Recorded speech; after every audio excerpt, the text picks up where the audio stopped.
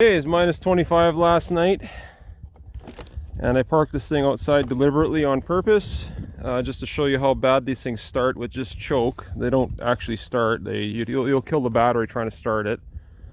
So, does your Rx1 sound like this starting on a cold start? Not gonna go. Okay, so I'm gonna show you what I did here. I'm gonna leave the choke on full. I'm gonna open this hood up. I installed a aftermarket primer system. So I'm going to give it a few shots of fuel, and then we're going to try it again. Look at that. It's on full choke and it still doesn't want to rev up just yet. Oh, there it goes now. I'm going to pull that choke back.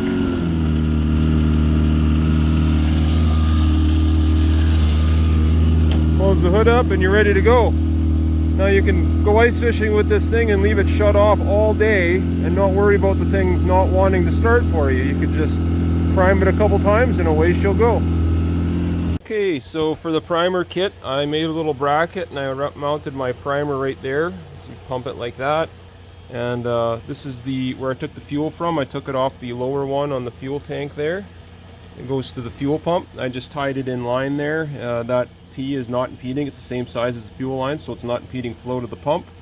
And then this is the line out that goes to the primer, goes in there and then comes out of the primer, and then I got to run it to a T because I got to T it again to take one to each cylinder.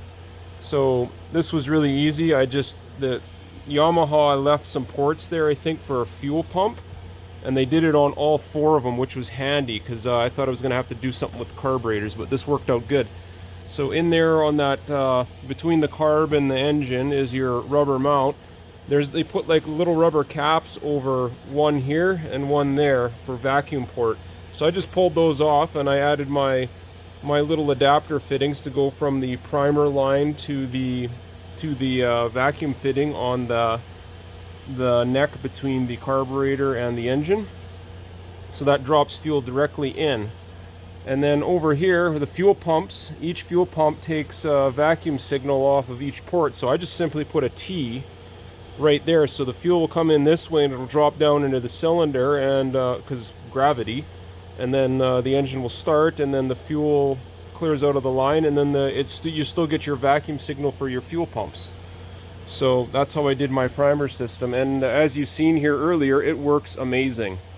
It was minus 25 and a couple shots on the primer and away she went. If you like this video content, please hit like and subscribe. Thank you for watching.